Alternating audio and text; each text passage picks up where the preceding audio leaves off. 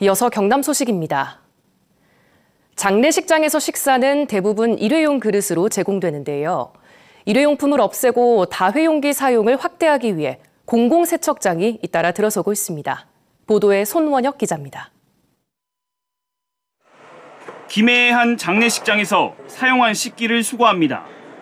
식기는 사람 손을 거쳐 고압 세척, 헹굼, 살균, 소독, 건조까지 식기의 위생 상태를 확인하고 비닐 포장돼 다시 장례식장으로 공급됩니다. 다회용기 공공세척장입니다. 창원에서도 이 같은 공공세척장이 준공했습니다. 1시간에 식기 28,000개를 세척할 수 있습니다. 시간당 마산의료원 장례식장 2개 규모에 공급할 수 있는 수준입니다.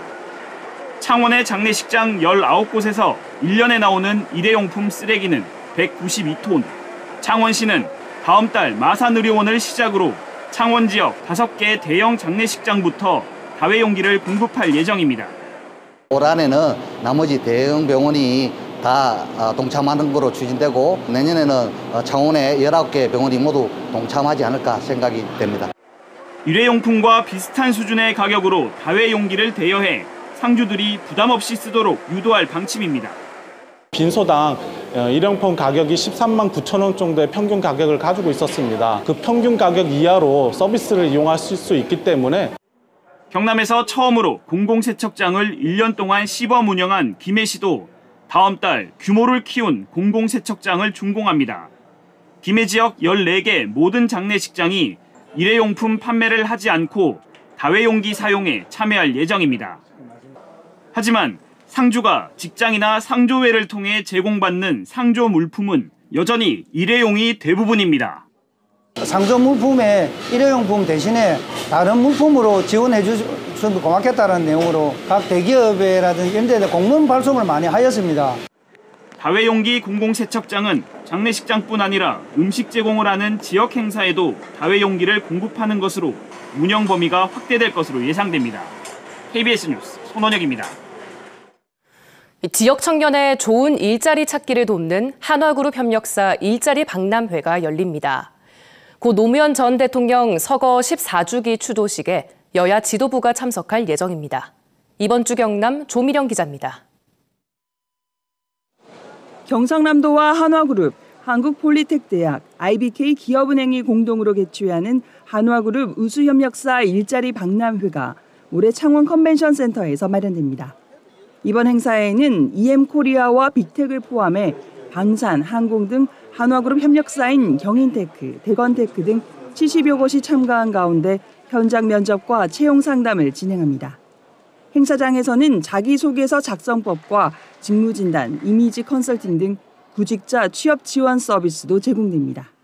경상남도는 이날 한화그룹 등 9개 기관과 함께 지역 기업의 인재 양성과 고용 안정을 위한 동반성장 업무 협약을 맺을 예정입니다. 국민의힘과 더불어민주당 등 여야 지도부가 내일 김해 봉화마을에서 열리는 노무현 전 대통령 서거 14주기 추도식에 참석할 예정입니다. 민주당은 이재명 대표와 박광온 원내대표가, 국민의힘에서는 김기현 대표와 구작은 대표비서실장이 참석합니다. 문재인 전 대통령도 부인 김정숙 여사와 함께 자리합니다. 노무현 재단은 올해 추도식의 주제를 역사는 더디다, 그러나 진보한다로 선정했습니다. 2023 창원 장애인 사격 월드컵 대회가 오늘부터 열흘 동안 창원 국제사격장에서 열립니다. 세계 장애인 사격연맹이 주최하는 이번 대회에는 41개 나라 400여 명의 선수단이 참가해 31개 종목에서 186개의 메달을 놓고 열전을 펼칩니다. 이번 대회에서는 2023 리마 세계 장애인 사격 선수권 대회와 2024 파리 패럴림픽 출전권을 확보할 수 있습니다. KBS 뉴스 조미령입니다. 부산 영도구 등굣길 초등학생 사망 사고처럼 어린이 보호구역이 어린이를 제대로 보호하지 못한다는 지적은 하루 이틀 얘기가 아닌데요. 최근 5년간 부산의 교통사고를 분석해봤더니 15개 학교의 어린이 보호구역이 사고가 잦은 곳이었습니다.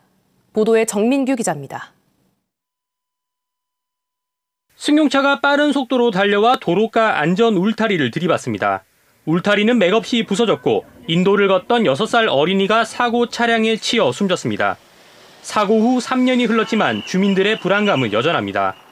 불안하지요. 학생들도 한목에 이렇게 방과 후에 나오니까 좀 아무래도 그렇지요. 신호 바뀌면 차가 막 빨리 지나가고 그러다 어떤 데는 깜짝깜짝 놀래고 그러지. 경찰청과 도로교통공단의 교통사고 분석 시스템을 통해 통계가 작성된 2017년부터 2021년까지 최근 5년간 어린이 보호구역 내 어린이 사고 다발 지역을 정리해봤습니다. 학교 반경 300m 안에 있는 어린이 보호구역에서 한 해에 2건이 넘는 부상사고나 1건 이상의 사망사고가 난 곳만 15개 학교에 이릅니다. 또 어린이 보호구역 밖에서 보행 어린이가 다친 사고가 한 해 3건 이상 난 20곳 중에선 8곳이 초등학교나 유치원 근처였습니다. 그렇다면 이런 사고 이후 나온 대책들은 지금은 어떻게 되고 있을까요? 대표적인 게 바로 이곳 반산초등학교 사고 이후 나온 도로교통법과 5개 광고물법 개정안입니다.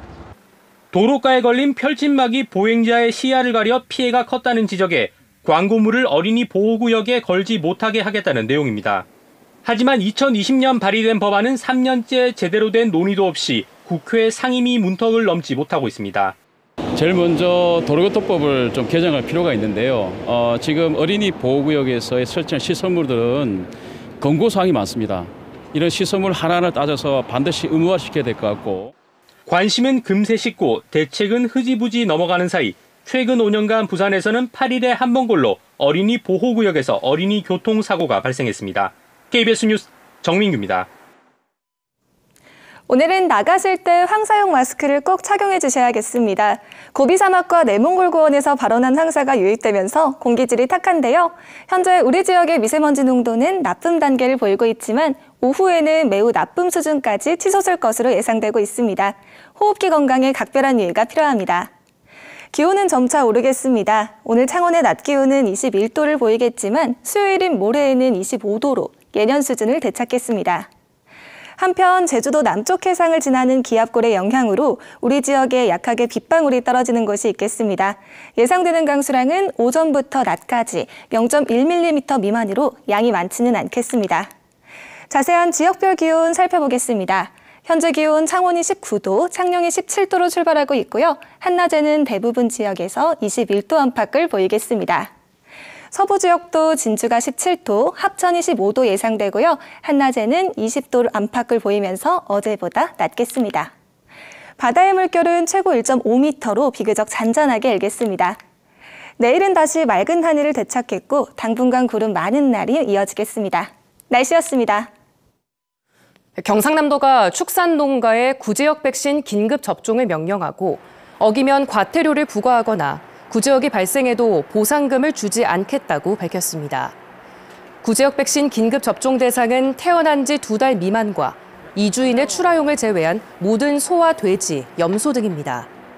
경상남도 동물위생시험소는 백신 접종 4주 뒤부터 항체 양성률 검사를 진행해 기준치 미만인 농가에는 500만 원에서 1,000만 원의 과태료 등 행정처분을 내릴 방침입니다. 경남경찰청이 토요일인 그제 하루 동안 축제 현장과 고속도로 진출입로 등 30여 곳에서 음주 단속을 벌여 23건을 적발했습니다. 이 가운데 면허 취소가 17건, 면허 정지가 6건입니다. 경찰은 축제장 주변 상시 음주 단속을 이어가는 한편 스쿨존 특별단속 때 음주 단속도 함께 진행할 계획입니다. 경상남도가 오늘부터 닷새 동안 다중이용업소의 식품위생법 준수 여부 등을 집중적으로 점검합니다. 점검 대상은 키즈카페와 결혼식장, 장례식장, PC방, 스크린 골프장 등 500여 곳으로 음식을 조리 판매하는 업소는 유통기한 준수와 조리장 위생관리, 음식물 재사용 여부 등을 점검할 계획입니다. 정부가 인구 감소 지역으로 지정된 경남 11개 시군의 생활 인구를 파악해 지역 맞춤형 대책을 세웁니다. 생활 인구는 주민등록 인구 외에 출퇴근과 통학, 여가 생활 등으로 해당 지역을 찾는 인구로 이를 연령과 성별, 월 단위로 파악해 인구 감소 대응책을 세울 예정입니다. 밀양시가 2023 밀양 방문의 해를 맞아 다른 지역 관광객을 대상으로 7달 동안 스탬프 투어를 운영합니다.